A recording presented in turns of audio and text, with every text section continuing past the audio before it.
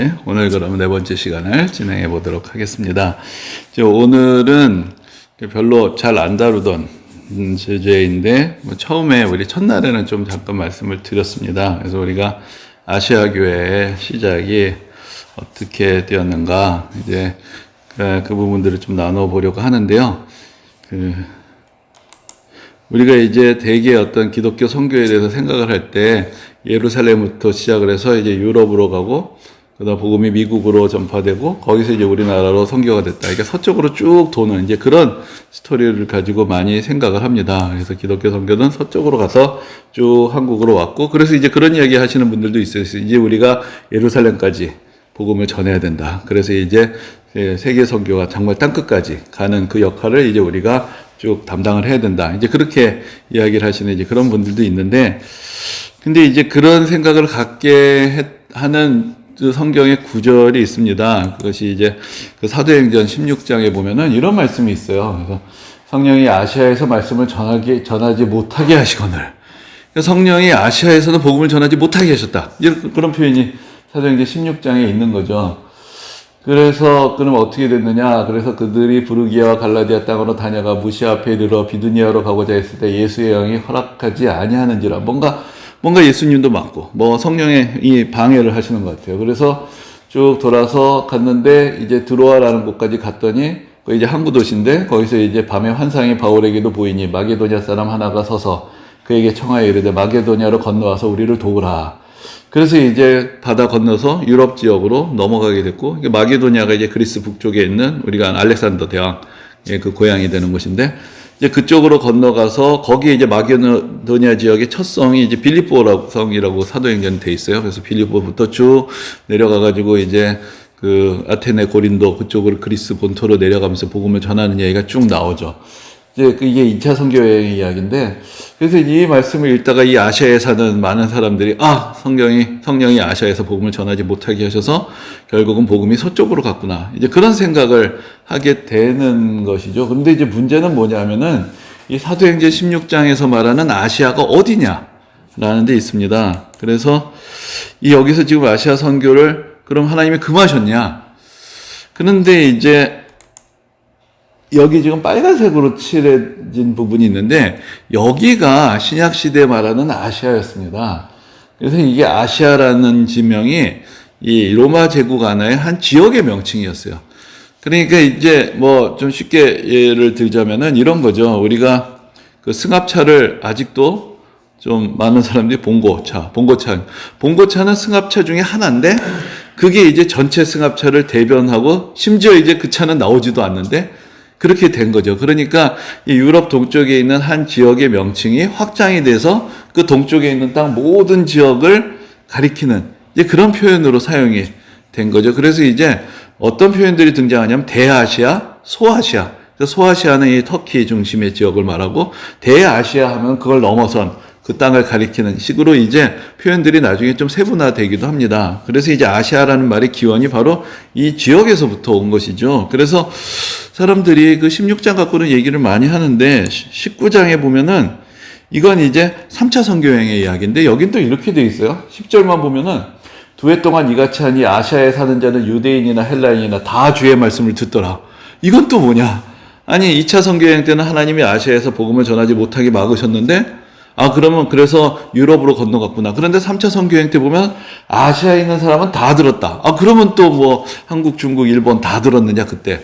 그러니까 우리가 이것을 보면 아시아라는 것은 하나의 지역의 명칭이다. 그리고 사도행전에서 상당히 일관적으로 그 표현이 사용되고 있다는 것을 알 수가 있는 것이죠. 그래서 오히려 우리가 생각을 해보면은 이 로마 제국이라는, 우리가 앞에 처음에 첫 시간에 보여드렸던 지도인데, 보면은 이 로마 제국 자체의 이 오른쪽 지역은 다 소위 말하면 우리가 오늘날 말하는 아시아에 속한 지역이거든요. 그래서 로마 시대에는 사실 이쪽 저쪽의 구분이 별로 없었어요. 우리가 오늘 여기 터키의 보스포러스의 옆 이쪽을 지금해서 이쪽은 유럽이다, 이쪽은 아시아다. 그래서 흔히 그렇게 이야기를 하지만, 그 당시에는 여기도 로마고 여기도 로마예요. 그러니까, 그리고 문화적으로 이 동네 사람들도 그리스어를 쓰고 이 동네 사람들도 그리스어를 쓰고. 그러니까 이제 아까 그 사도행전의 이야기는 사실 이 지역의 이제 중심 도시가 이제 에베소인데, 에베소로 바울은 가고 싶었어요. 그런데 하나님께서는 에베소로 가지 말고 이제 그리스 쪽으로 가도록 하셨고 3차 선교여행 때 에베소에서 바울이 머물면서 복음을 전하게 됩니다. 그래서 이제 그러면서 이제 오늘날의 튀르키예, 그리스 이쪽에 이제 복음이 쭉 두루 전해지게 되는 그런 것인데, 그러니까 바울 입장에서는 자기가 가지고 있는 계획, 어떤 자기에게 조금 더 익숙한 지역에 머물려고자 했던 것을 하나님이 새로운 지역으로 이렇게 확장을 시켜 주시는 과정이었고, 그러나 하나님께서는 새로운 곳으로만 가게 하셨던 것이 아니라 또 다시 돌아오게 하시고, 그러면서 이제 사실은 사도행전의 어떤 바울의 선교여행인 것은 이렇게 확장이 되는 거군요. 그러니까 확장이 되면서 다시 돌아오고, 확장이 되면서 다시 돌아오는 그런 구조로 되어 있는데, 여기 이제 그 오른쪽의 지역을 우리가 통상 요즘은 아시아라고 부르지만, 사실은 로마 제국 안에 하나의 지역으로서 이미 아시아, 유럽, 아프리카가 다 포함이 돼 있고, 복음은 로마 그 제국 전역으로 전파가 되거든요. 그래서 로마 제국의 영토 자체가 유럽, 아시아, 아프리카 전체에 걸쳐 있었고, 사도 바울만 복음을 전한 것이 아니라, 이것도 하나의 우리의 오해인데, 사실은 사도행전에 기록되어 있지 않지만 그런 교회 전승 가운데 12제자는 다 선교사였어요.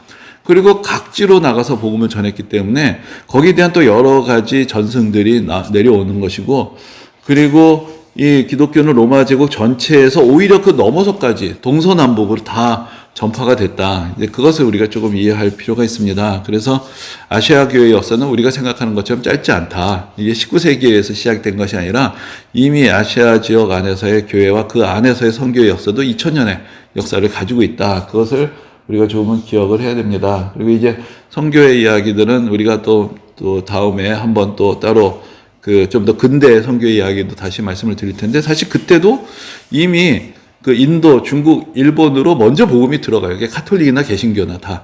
그리고 나서 한국으로 오기 때문에 오히려 우리나라에 복음이 전파된 것은 가장 19세기 후반이기 때문에 가장 나중에 속한다. 아시아 지역 중에서도 그 아시아의 주요 나라들의 복음이 전파된 후에 한국으로 들어오는 이제 그런 과정을 거치게 됩니다. 그래서 이제 우리나라 교회 역사와 어떤 그런 교회사 안에서의 의미는 우리가 좀 마지막 시간에 좀 더 생각을 해보고자 하는데, 그래서 이제 전에 한번 잠깐 말씀을 드렸는데, 한 3세기, 4세기경이 되면은 이제 초대교회 안에 영향력 있는 5개의 도시가 등장을 하게 됩니다.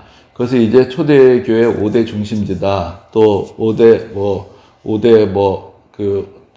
교구다라고도 할 수가 있는데, 여기서 보시면 이제 로마, 콘스탄티노플, 안디옥, 예루살렘, 알렉산드리아인데, 여기서 먼저 빨간색으로 되어 있는 데가 로마에서 관할을 하는데요. 이게 그 로마 기독교가 사실은 오히려 아시아에서부터 시작이 됐기 때문에 아시아 쪽의 중심지가 더 많았고, 그 다음에 나중에 이제 로마의 중심지가 서고, 근데 로마가 이제 로마 제국의 중심지였기 때문에 거기서 이제 그 밖에 다른 지역들을 관장하게 된 것이고, 하지만 또 거기에 로마만큼이나 역사적으로 중요했던 도시가 콘스탄티노플이죠. 나중에는 로마 제국의 수도 자체를 콘스탄티누스 대제가 자기 이름을 딴 도시를 크게 만들어 놓고 그곳으로 옮길 만큼 그 콘스탄티노플이 이제 중요한 위상을 갖고, 그 후로도 지금까지 이제 우리가 그 기독교의 세계 분열에 대해서는 다음 시간에 좀 더 말씀을 드리겠는데, 로마 제국 자체가 동로마, 서로마로 나뉘게 되고, 그리고 이제 그 경계에 준해서 기독교 세계도 서쪽에 있는 카톨릭 교회, 동쪽에 있는 동방교회로, 동방정교회로 분열이 됩니다. 그런데 이제 우리 그 개신교의 주요 역사는 이제 카톨릭 세계 안에서 일어나게 되죠. 그래서 거기서 종교개혁도 일어나고 카톨릭교로부터 개신교가 갈라지니까 이 동쪽 세계의 역사는 우리가 잘 몰라요. 저 관심이 없고 잘 모르지만, 여기는 대부분의 지역이 여전히 아시아 지역에 있으면서 계속해서 교회가 존속을 하고 또 고난도 당하고 뭐 이슬람의 박해도 받고 그러면서 또 확장도 하고 이제 그런 역사들이 또 계속 이어졌던 것입니다. 그리고 또 하나의 중요한 도시가 이게 안디옥인데, 안디옥은 성경에 등장을 하죠. 그래서 그 안디옥에서 처음으로 이제 성도들이 그리스도인이라고 불렸다라는 그런 이야기가 있는데, 안디옥이 처음으로 이방인의 교회들이 섰던 이제 그런 지역이 되기도 합니다.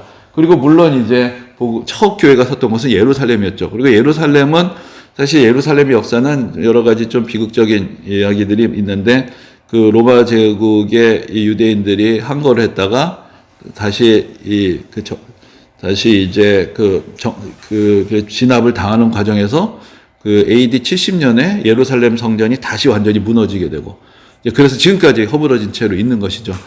그러면서 많은 유대인들이 그 지역을 떠나가게 되고 그것이 이제 나중에 이제 1948년에 이스라엘 건국에 이르기까지 유대인들의 나라가 사라지게 되는 일이 벌어지지만 그러나 그 지역에 그리스도인들은 계속 있었어요.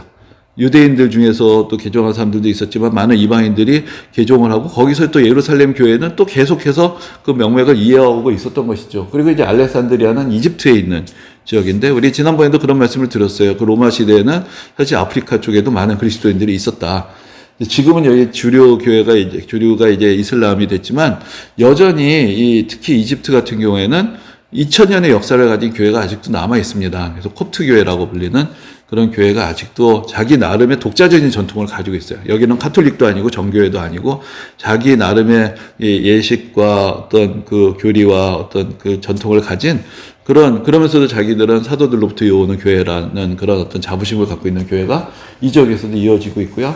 그런데 이제 여기서 보면은 동쪽이 더 중심지가 많죠. 그 얘기는 동쪽에서 기독교가 더 많이 전파가 됐다라는 것을 의미를 하는 것이고 오히려 그 당시에 서쪽은 변방이었고 그래서 우리가 사도행전을 보아도 바울이 동쪽에서 다 복음을 전하고 나서 마지막으로 내가 로마에 가겠다라는 거 소망을 갖고 있는데 결국 자기가 직접 가려고 했던 선교의 계획대로가 아니라 체포가 되고 결국은 이제 죄수로서 재판을 받기 위해서 호송이 돼서 로마에 도착하는 것으로 끝나죠. 하지만 보시는 것처럼 그 로마 제국 곳곳에도 결국 복음이 전파가 되는데 이제 로마 제국이 분열이 되고 또 교회도 분열이 되면서 서쪽 지역의 중심지는 로마만 남게 되는 거죠. 그러니까 교회 중심지가 5개가 있었는데 로마가 결국 서쪽의 그 기독교를 대표하는 지역이 되면서 로마 카톨릭이라는 의미로 이제 카톨릭과 어떤 동의어처럼 사용이 되었지만은 여전히 동쪽의 어떤 기독교의 전통은 그때부터 지금까지 여러 가지 방식으로 내려오고 있다. 이것을 좀 기억하실 필요가 있고요. 근데 이 5가지 도시들이 다 자랑하는 게 있어요. 다 사도들이 세웠다라는 그 전통이 있는 것이죠. 그래서 로마는 베드로도 가서 복음을 전해서 우리가 잘 아는 코바디스의 전설도 있죠. 그래서 이제 바울이 로마에서 복음을 전하다가 네로 황제 박해 때 피신을 하려고 했는데 예수님이 십자가를 지시고 가는 그런 장면을 보게 되고 그래서 베드로가 예수님한테 주여 어디로 가시나이까? 그게 이제 쿠오바디스 도미네라 라틴어. 네, 그러니까 나는 로마로 십자가를 다시 지러 간다. 그 이야기를 듣고는 베드로가 돌이켜서 결국 로마에서 순교했다. 이제 그런 성경에 나오는 얘기는 아니지만 그런 전설이 내려오죠. 그리고 바울도 사도행전에서 보면은 로마에 도착하는 걸로 이야기가 끝나지만 나중에 결국 바울도 이제 로마에서 순교를 해서 이제 로마가 좀 힘을 갖는 것은 이 두 사도의 순교지다. 그래서 우리가 지난번에도 말씀을 드렸지만 순교자가 최고의 영광을 받는 하나님께서 가장 큰 은혜를 베푸신 분들이 순교자인데 그 사도들 중에서도 두 순교자가 바로 로마에서 순교했다라는 것이 로마 교회 발언권을 높이고 서방 지역의 다른 교회들을 향해서 어떤 지도력을 갖는 그런 배경이 됩니다. 그러면 콘스탄티노플은 그럼 그냥 콘스탄티누스 황제의 이름만 있는 것이냐? 그 전설에 의하면 안드레가 콘스탄티노플에 가서 복음을 전하고 처음으로 교회를 세웠다. 라는 그런 얘기가 전해져 오고 안디옥은 이거는 성경에 나오는 이야기죠. 거기서 이제 처음으로 이방인의 교회가 섰을 때 거기서 이제 그 예루살렘 교회에서 베드로가 가서 거기서 이제 사람들에게 세례를 주고 교회를 세우는 이제 그런 장면을 보게 됩니다. 그리고 예루살렘이야 뭐 두말할 나위도 없죠. 여기는 12사도들의 어떤 본거지라고 할 수 있는 곳이고 알렉산드리아 같은 경우에는 마가가 그곳에 가서 복음을 전했다라는 그런 전승이 이어지고 있습니다. 그래서 이 아프리카 기독교의 시작이 이제 마가가 알렉산드리아 가서 복음을 전하면서 이제 복음이 시작이 됐다. 그러니까 이런 그 당시 초대교회 5개의 어떤 중심지들이 다 사도적인 전통을 이어받은 교회다라는 그런 자부심을 가지고 정체성을 가지고 있었던 그런 곳이고 그것이 이제 오늘날로 보면은 이 중에 콘스탄티노플, 안디옥, 예루살렘 뭐 이런 도시들은 이 동방의 지역에 그 이후로도 큰 영향력을 미치는 이제 그런 지역이 됩니다.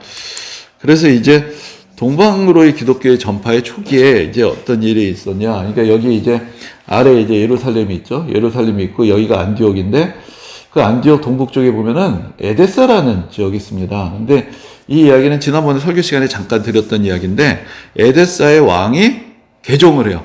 그리고 세계에서 최초로 기독교 국가를 선포를 합니다. 그러니까 로마가 기독교를 공인한 건 313년이에요. 그리고 국교로 하는 거는 390년 이후의 일이 되는데 이미 가장 먼저 세계 최초로 기독교 국가가 된 나라가 어디냐? 그 물론 작은 소국이지만 에데사가 먼저 됐는데 이거는 서양이냐 동양이냐 하면 동양에 있었던 거죠. 그러니까 아시아에 먼저 기독교를 국교로 삼았던 나라가 있었다. 그리고 그 오른쪽으로 올라가면 이제 아르메니아라는 나라가 있는데 아르메니아는 지금도 있는 나라입니다. 그런데 이제 아르메니아는 그 구소련 연방에 속했던 나라라서 한동안 우리에게 좀 낯설었는데 소련 연방이 이제 해체가 되면서 이제 가끔 아르메니아하고 그 오른쪽에 아제르바이잔이 전쟁을 많이 해요. 그래서 분쟁이 많이 일어나는데 그전에는 또 터키하고 아르메니아가 사이가 안 좋았어요. 그래서 이제 20세기 초에 어떤 그 터키 사람들이 아르메니아 사람들은 대학살이 있고 수십만의 사람들이 고통을 당하고 그래서 많은 사람들이 떠났어요. 고국을 떠났고 그래서 지금 전 세계 곳곳에 이제 아르메니아 사람들 공동체가 있는데 아르메니아 사람들도 자기들의 고유의 기독교가 있어요. 이것이 이제 301년에 아르메니아도 기독교 국가를 선포합니다. 왕이 개종을 하고. 그러니까 이런 일들이 다 로마가 기독교화 되기 전에 동쪽에서 일어났던 일이 되는 것이죠. 그리고 이제 페르시아는 오늘날 이란인데, 우리 지난번에 첫 시간에 잠깐 간단히 말씀을 드렸는데, 페르시아에도 로마 제국의 박해를 피해서 이주한 사람들에 의해서 초기부터 복음이 전파가 됩니다. 그리고 이 페르시아에 있는 교회에서 더 동방으로 또 복음을 전하게 되죠. 그리고 인도는 또 자기 자체로 도마에서 또 복음을 전파받았다는 그런 전승을 지금도 간직하고 있고, 이제 인도에 가면 도마가 여기서 복음을 전했고, 도마가 여기서 순교했고, 그런 그 자리들이 다 있어요. 이제 그런 걸 보면은 우리가 생각했던 것보다 더 풍성한 어떤 복음 전파의 역사가 있고, 중국 같은 경우에 이제 좀 이따 더 말씀드리겠지만은 중국에 처음으로 이 페르시아 교회에서 중국까지 복음을 전하게 되는데, 중국의 그 당나라 때 처음으로 기독교가 소개가 됩니다. 그게 이제 635년이에요. 그래서 이제 중국 교회 역사에 대해서 쓴 책들을 보면은 중국 기독교 역사는 1400년이 넘는다. 이렇게 이야기를 해요. 그래서 우리는 개신교의 역사 하면은 이제 한 40년 잡고 카톨릭까지 해도 한 200년 되는데 자기들은 처음 기독교가 중국 땅에 도착한 거는 1400년, 1500년의 역사를 갖고 있다. 그렇게 얘기를 하거든요. 그러니까 이제 어떻게 생각하면 한국 교회가 너무 어깨에 힘이 들어갔던 것도 있죠. 아시아 곳곳에 이미 복음이 전파됐던 역사들이 있는데 그런 것들을 우리가 조금은 더 기억을 할 필요가 있습니다. 그래서 이 에데사 이야기는 지난번 설교 시간에 한번 드렸던 이야기인데 이제 그 에데사의 왕이 그 로마 황제의 어떤 관리를 만나기 위해서 사절단을 보냈어요. 근데 이제 그 사절단이 예루살렘에 들르게 됐는데 거기서 이제 예수님이 이적을 행하시는 걸 본 거죠. 그리고 거기서 이제 예수님을 또한 유대인들이 핍박한다라는 것도 듣고 고국으로 돌아갑니다. 그런데 이제 이 왕은 큰 병에 걸려 있었던 상태였고 그래서 너희들이 그러면은 그 예수님을 좀 모셔와라. 하고 이제 신하를 다시 보냅니다. 그러면서 이제 편지를 써줬는데 그 이야기가 이제 전해지고 있습니다. 근데 이 글은 성경 안에 있는 얘기도 아니고 이제 그 아다이의 교훈이라는 그 한 3세기, 4세기부터 내려오는 책이 있어요. 근데 그 안에 이 이야기들이 기록이 돼 있는데 거기 이제 그 왕이 예수님한테 보낸 편지가 전해져 오고 있습니다. 여기 보시면은 당신이 행하신 놀라운 이적들에 대해 들었을 때 나는 당신은 신이신데 하늘에서 내려오셔서 이러한 일을 행하시는 것이거나 또는 신의 아들로서 이 모든 일을 행하시는 것이라고 생각했습니다. 그래서 나는 당신이 당신을 경외하는 저에게 오시기를 간청하며 이거를 씁니다. 내가 믿사오니 오셔서 내 병을 고쳐주소서. 내가 듣기로 유대인들이 당신에 대해 비방하며 당신을 핍박하고 잔인하게 십자가에 못 박으려 하기까지 한다고 합니다. 나는 작지만 아름다운 도시를 가지고 있으니 조용하게 쉬시기에 충분할 것입니다. 좀 뭔가 좀 마음이 따뜻해지는 이야기인데, 예, 그래서 이렇게 사신이 갑니다. 그랬는데 이제 예수님은 그때가 이제 지상의 사역을 다 마치시고 십자가의 길을 가셔야 되기 때문에 예수님께서는 내가 갈 수는 없다. 하지만 약속을 하세요. 하지만 내가 내 제자 중에 한 사람을 보내겠다. 그래서 이제 나중에 예수님께서 부활하시고 승천하실 때 그 12제자는 아니지만 예수님을 따르던 또 하나의 무리인 70인 제자가 있어요. 그게 이제 누가복음에 그 얘기가 나오는데 예수님이 70명의 제자를 또 파송하신 얘기가 나오거든요. 근데 그 70명 제자는 목록이 전해지지 않기 때문에 뭐 제가 좀 과장해서 얘기하자면 초대교회 좀 애매한 사람들은 뭔가 이 사람들에게 권위를 부여할 때 이 사람이 그 70명 중에 하나였어. 이렇게 집어넣는 게 있어요. 예를 들어서 애매한 사람 중에 하나가 뭐냐면 누가 누가 같은 사람은 예수님의 제자는 아닌데 복음서를 썼잖아요. 어떻게 썼지? 아, 이 사람도 그 70명 중에 하나야. 뭐 이런 식의 이야기들이 덧붙게 되는 거죠. 그래서 이제 그 70명의 제자 중에 하나였던 이제 아다에라는 사람을 그 뭐 다데오라고도 불리게 하는데, 예수님의 제자에 다데오가 있지만 그 사람하고는 다른 사람이에요. 이 사람을 이제 예수님이 보내셨다는 거예요. 이 사람이 가서 복음을 전해서 이 왕이 치유를 받고, 그 다음에 이 사람이 이제 기독교를 자기 왕국의 종교로 공식으로 이제 그 선포하는 이제 그런 일이 벌어졌던 것이죠. 그런데 여기 보면은 이 이야기는 설교 시간에 뭐 시간이 짧아서 못 드렸던 얘기인데, 이 왕이요, 이게 이제 그 에데사의 왕인데 무슨 천 같은 걸 하나 들고 있죠. 거기 뭐가 있죠? 이게 예수님의 얼굴이 있는 거예요. 그래서 이 신하가 예수님을 직접 못 오시니까 예수님의 초상을 그렸다라는 전설이 있어요. 그래서 그러면 이제 우리가 여러분 예수님에 대해서 많은 성화를 봤지만 정말 예수님을 보고 그린 건 아니잖아요. 근데 정말로 예수님의 얼굴을 그린 그림이 있다. 그런 전설이 생긴 거죠. 그래서 그 왕이 이 그림을 봤는데, 근데 이 그림을 통해서 여러 전설들이 생기게 됩니다. 그래서 이게 지금 어디에 있다, 이게 거다, 뭐다 해서 이거 사람의 손으로 그리지 않고 기적적으로 그려진 그림이다. 이게 이런 계통이 또 있는데, 그게 이제 베로니카라는 여인이 예수님이 십자가를 지고 가실 때 예수님에게 수건을 드렸는데, 예수님이 그 수건으로 땀을 닦으셨는데 거기에 예수님의 얼굴이 새겨졌다.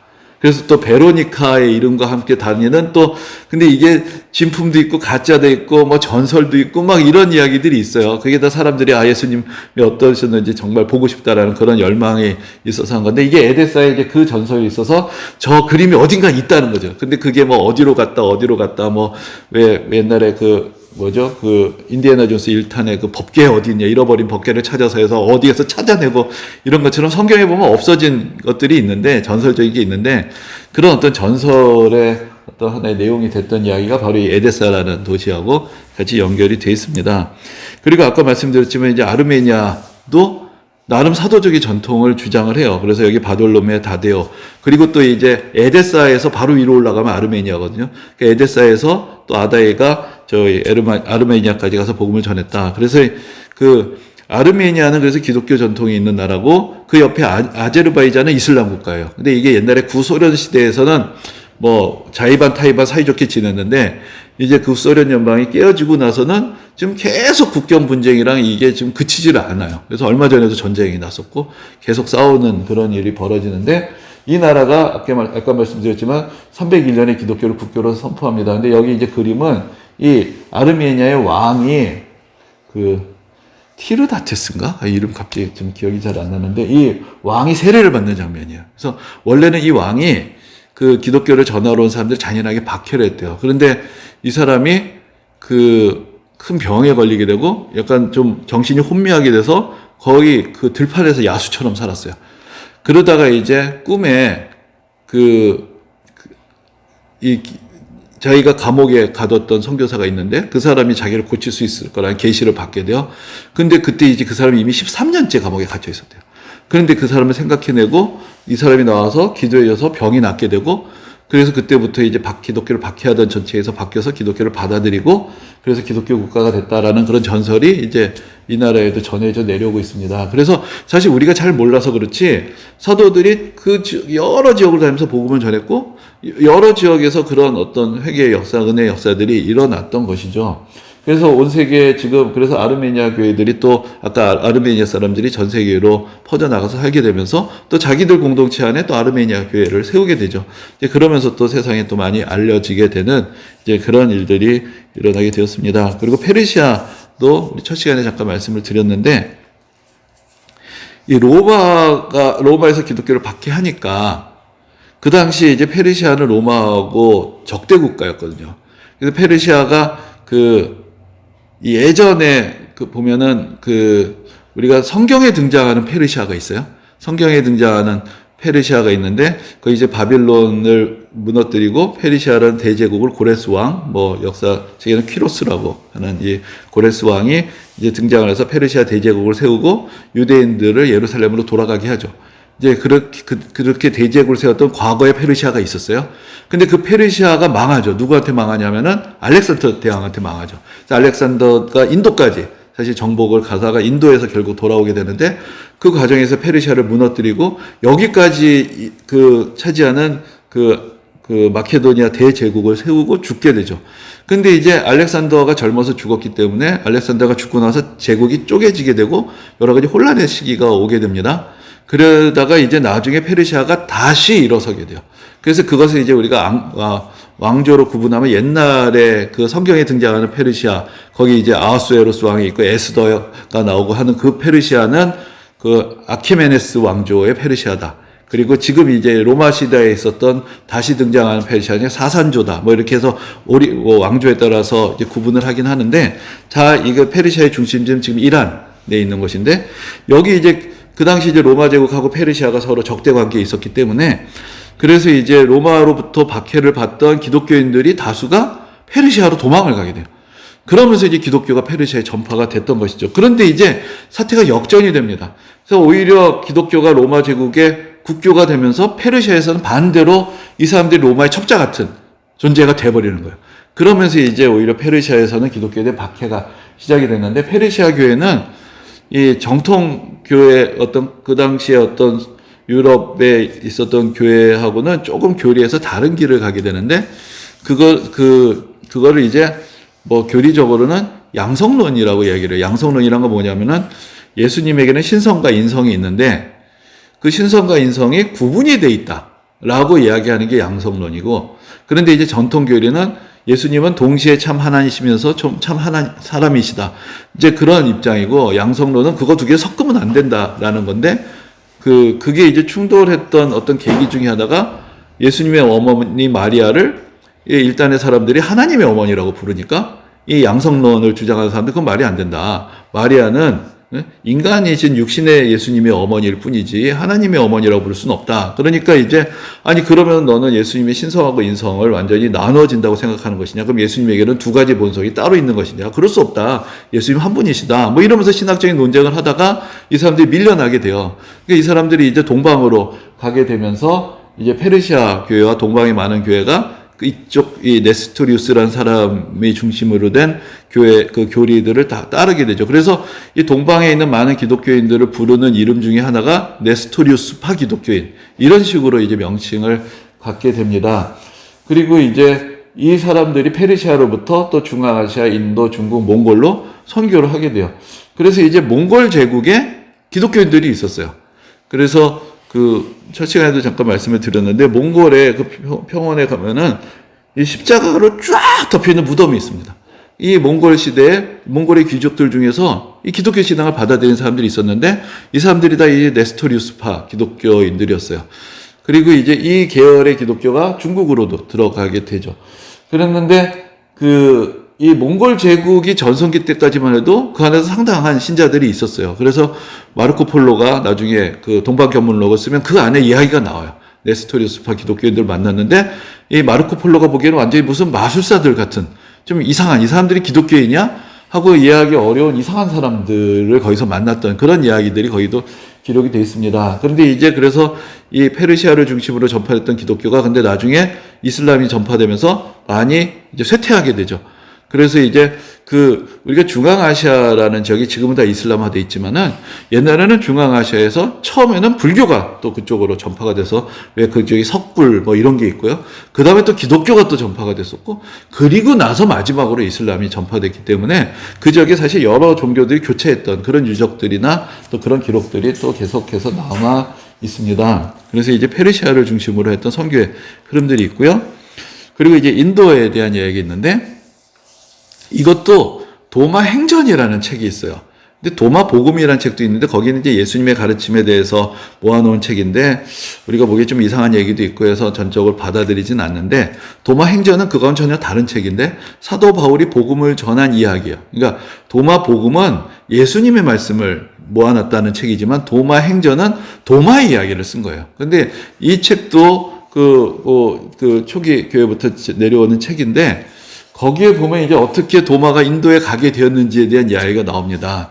근데 거기서 보면은 이제 다시 그 이야기로 돌아가는 거예요. 예수님이 12제자들에게 다 땅끝까지 복음을 전파하라고 명하셨는데, 그래서 제비를 뽑았다는 거예요. 제자들이 제비를 뽑았는데 도마가 인도가 뽑혔어요.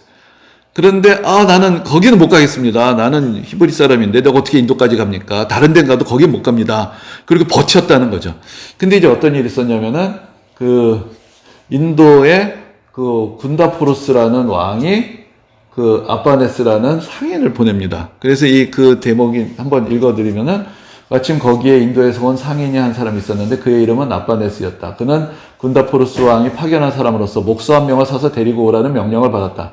주님은 정오에 시장을 걷어다니는 아빠네스를 보시고는 말씀하셨다. 목수를 사려고 합니까? 그는 예라고 대답했다. 주님은 그에게 말씀하셨다. 내게 목수 노예가 한 명 있는데 팔고 싶습니다. 이렇게 말씀하시고 주님은 아빠네스에게 멀리 떨어져 있는 도마를 보여주시고 은덩어리 3리틀에 계약을 하고는 목수 요셉의 아들인 나 예수는 인도인들의 왕이 군다포로스의 상인 아빠네스에게 유다라고 하는 내 노예를 팔았음을 확인한다라고 매도 증서를 써주셨다. 다음날 사도는 일찍 일어나서 기도하고 주님께 간청했다. 주 예수의 원하시는 곳 어디든지 가겠습니다. 당신의 뜻이 이루어지이다. 그리고 이제 가게 되는 이야기가 그 도마행전에 기록이 되어 있습니다. 근데 예수님이 뭘 또 돈을 받고 파셨어. 근데 이거를 여비로 주세요. 그 이야기 보면은 예수님이 그걸 가져가신 건 아니고 이걸 네가 갖고 가라 라고 이제 주시고, 그래서 이제 목수인 요셉이 목수한 사람을 보내는 거죠. 그래서 내 종을 보낼 테니까. 그러니까 그런데 이 이야기는 그 1700~1800년 된 이야기인데 이게 진짜일까? 사람들이 많이 의심을 했어요. 그런데 어떤 일이 벌어졌냐면 19세기에 그 땅을 파다가 인도에서 군다포로스라는 왕의 비석 같은 게 나왔어요. 그래서 그 왕이 진짜 옛날에 인도에 있었구나 라는 게 증명이 되면서 이 이야기가 상당히 신빙성 있는 이야기로 이제 확 올라가게 된 거죠. 그래서 이제 그 다음에 이야기가 있는데, 그래서 인도에 갔어요. 근데 이 왕은 지금 자기 궁전을 지으려고 목수를 사온 거기 때문에 이제 그 도마에게 궁전을 짓게 합니다. 근데 여기 유다라는 거 이제 도마의 별칭인 건데, 그 도마에게 그 건물을 짓게 합니다. 그런데 도마가 왕한테 재료가 많이 필요하다고 막 돈을 받아가지고는 그것을 다 가난한 사람을 도와주고 가난한 사람한테 써버린 거예요. 근데 나중에 이제 왕이 지금 얼마나 지어졌나 하고 봤더니 없어요. 그래가지고 화가 나가지고 도마를 잡아 죽이겠다고 지금 감옥에 가뒀는데, 그날 밤에 어떤 일이 일어났냐면 왕의 동생이 큰 병을 앓다가 죽었어요. 그래서 천국에 갔는데 거기서 엄청난 황금 궁전을 본 거예요. 이게 누구 궁전입니까? 그러니까 이것이 너의 형의 궁전이다. 너의 형이 그 지상에서 베푼 선행으로 이런 궁전이 세워졌다. 이런 이야기를 듣는 거죠. 그래가지고 이 사람이 근데 다시 돌아가서 그 얘기를 전하도록 다시 깨어났어요. 그래가지고 형한테 가가지고 궁전이 정말 있다고. 지금 그게 궁전이 지금 하늘나라에 서 있다. 그 얘기를 해주니까 이 왕이 놀라가지고 정말 있냐 하다가 그래서 인도의 왕이 이제 복음을 받아들이게 되고 이런 이야기가 이제 있는 거예요. 그래서 그런 아주 얘기들이 다 극적이고 드라마틱하고 재미있는데, 그래서 이제 그 인도에 교회가 있었다라는 기록이 조금 후대에는 있어요. 한 4세기에는 그 인도 교회, 인도의 주교 어떤 그런 명단이 나오기도 하고, 그래서 인도의 교회가 언제 세워졌느냐에 따라서 사실 학자들 사이에 좀 의견이 있는데, 정말 도마가 전했다라는 사람들도 있고, 도마의 제자나 도마의 후계자였던 사람들이 언젠가 복음을 전해서 그 도마의 이름으로 활동을 했던 것이 이제 전파가 된 거다. 이런 전설을 후대에 만들어 여러 얘기가 있지만, 이미 로마 시대에 로마하고 인도가 그 교역을 하고 있었습니다. 그래서 성경에 나오는 나드 향유 이런 거 히말라야에서 왔다고 그래요. 그러니까 이미 교역로가 있었고 사람들이 충분히 갈 수 있는 관계였기 때문에 그렇게 할 수 있다는 거죠. 근데 제가 예전에 한참 좀 교회사 공부를 할 때가 있었는데, 그래서 인도를 갔던 적이 있어요. 인도에 가서 거기 이제 그 인도의 어떤 인도에도 옛날에 카톨릭 선교지도 있고 개신교 선교지도 있고 하는데, 그 고아라는 그 옛날에 포르투갈 사람들이 처음에 가서 정착했던 지역이 있어요. 거기를 갔는데 거기서 이제 그 학예사라고 해야 되나요? 그 박물관에서 이렇게 설명해 주는 사람한테 제가 물어봤어요. 당신들 어떻게 생각하냐? 도마가 와서 복음을 전했다는 거. 그러니까 그 사람이 해준 얘기가 이 로마 시대 때 이미 인도하고 많은 교류가 있었다. 그리고 자기네들이 어디 힌두교 사원터를 발굴을 했는데 그 사원 밑에 십자가 모양으로 땅이 돼 있더라. 그래서 자기들이 생각할 때 여기에 원래 있었던 거는 일종의 기독교의 교회가 있던 곳에 나중에 힌두교 사원이 선 것 같다라는 생각을 하는 그런 지역이 있다는 얘기를 들려줬던 적이 있어요. 그러니까 인도의 여러 곳에 그 옛날부터 교회가 세워지기도 했고, 아까 말씀드렸지만 이게 전설로도 이 도마에 대한 많은 전설이 인도에 지금도 있고, 그래서 인도에서도 이제 지금 내가 그러니까 이 사람들 또 나름의 독특한 전통, 이건 카톨릭도 아니고 개신교도 아니고 또 자기들 나름의 전통을 가진 교회가 있어요. 그리고 거기에 속한 신자가 한 800만 명 정도가 이 사람들 토마스 크리스찬이라고 하기도 하고 나스란이라는 것은 나사렛 사람을 따른다. 그런 또 좀 의미가 있어요. 그래서 나사렛 예수를 따른다라는 뜻으로 나스란이나 토마스 크리스찬이라고 불리는 사람들이 한 800만 명 정도가 이 안에도 또 여러 교파들이 있어요. 근데 그런 존재를 하고 있다. 그리고 이제 여기서 이제 나름은 시리아나 그 시리아 이제 안디옥 있던 것이고 페르시아에 있는 교회들하고 서로 교류를 하는 그런 교회로서 존재를 했었고요. 이 우표는 전에 첫 시간에도 보여드렸는데 그 인도에서 그 교황이 방문을 할 때 기념 우표를 도마를 찍어서 발행을 한 거예요. 이건 아마도 야 우리 우습게 여기지 마. 우리도 기독교로 한가닥 해. 그걸 보여주려고 했는지 교황이 방문하는 해에 도마 얼굴이 그려져 있는 근데 뭐 정말 도마가 이렇게 생겼었는지 우리가 알 수는 없지만 그래서 인도에 도마가 왔었다는 거를 이제 보여주는 우표를 정부에서 공식으로 발행을 했던 적이 있다. 그걸 보면은 이제 그만큼 이제 도마의 전승을 또 중요하게 생긴다는 것을 알 수가 있겠죠. 그리고 나서 이제 그 중국의 이야기인데 그 중국에까지 기독교가 전파된 게 아까 말씀드렸는데 이제 네스토리우스파 이 사람들이 이제 페르시아를 중심으로 활동했던 사람들이고요. 이 사람들이 이제 그 중국의 당나라의 수도 장안에 도착을 한 게 635년이라고 기록이 되어 있는데 그 당시 이제 경교라는 이름으로 전파가 됐습니다. 이게 경계 경치. 근데 이게 또 빛의 종교다. 이제 그런 의미가 있는데 이것도 사람들이 그렇게 잘 안 믿었어요. 그런데 이제 나중에 17세기에 그 카톨릭 선교사들이 중국에 도착을 했는데 이 비석을 하나 발견을 했어요. 근데 당나라 시대 비석을 발견했는데 거기에 이제 이게 비석이 이렇게 큰데 그 비석 윗머리에 이렇게 써 있는 거예요. 대진 경교 유행 중국비. 그래서 대진이라는 것이 그 당시 이제 로마를 가리키는 표현이었는데, 그러니까 로마에서 온 경교가 중국에서 유행했던. 그래서 여기 보면은 그 당시 그 기독교의 이 전례와 그 이야기들이 이제 비석의 비문으로 딱 써 있는 그 비석이 발견이 됐어요.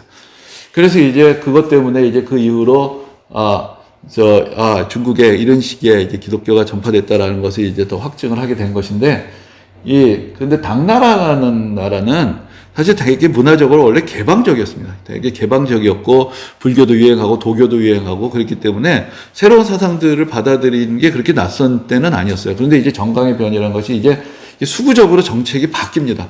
그래서 이제 외래 사상에 대해서 대대적으로 탄압을 하기 시작을 해요. 그러면서 이제 기독교도 상당히 약화가 됐다. 하지만 이제 변방의 소수민족들을 중심으로 여전히 남아있었고, 아까 말씀드렸지만 이 네스토리우스파 기독교가 먼 나라 몽골 시대까지 있었기 때문에 그때까지 상당히 남아 있었던 것을 보인다. 그런데 이제 이 비문의 내용도 조금 우리가 보기에는 이게 기독교야 할 만큼 좀 이상한 내용들이 있어요. 그래서 이게 그 당시에 일종의 혼합주의가 되지 않았느냐. 그래서 도교의 풍류 사상 뭐 이런 거하고 다 섞여가지고 이제 기독교의 정체성을 상당히 잃어갔다라고 그렇게 보는 경우가 많습니다. 근데 사실 그 당시에는 선교사라고 해서 오지만 고국으로 돌아갈 수가 없죠. 뭐 소통할 수도 없고 거기에 정착해서 살고 이 사람들도 또 많은 영향을 받으면서 살아가기 때문에 이제 그러면서 이제 그 영향 아래서 이 사람들도 좀 변화되어 갔다라고도 볼 수가 있을 것입니다. 그런데 이제 우리가 이 중국 경교 이야기를 조금 관심 있게 보는 것은 이게 뭐 때문에 그러냐면은 이 당나라하고 신라하고 사이가 좋았기 때문에 그리고 당나라 수도에 많은 신라의 유학생들이 가 있었어요. 그래서 기독교가 이 당나라 시대에 우리나라까지도 영향을 미치지 않았을까라는 그런 가설이 있는 거죠. 그런데 이제 그 숭실대 기독교 박물관에 가면은 경주에서 나왔다라는 십자가 석 있어요. 그리고 마리아상 비슷하게 생긴 그런 것도 있고.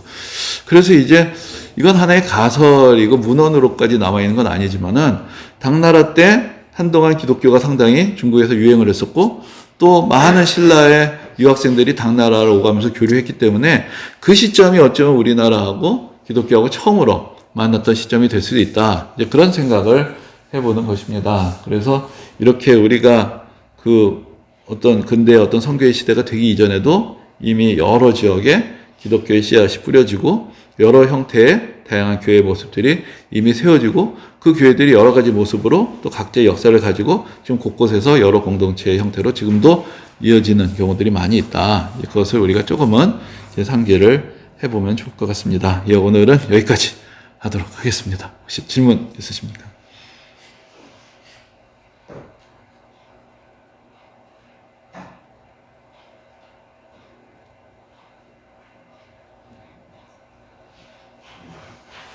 예, 그래서 아시아에도 기독교가 일찍 퍼졌다. 유럽에만 간 것이 아니다.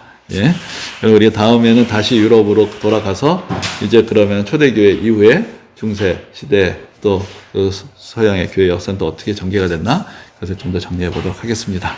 그럼 오늘 이것을 마치겠습니다. 감사합니다. 네.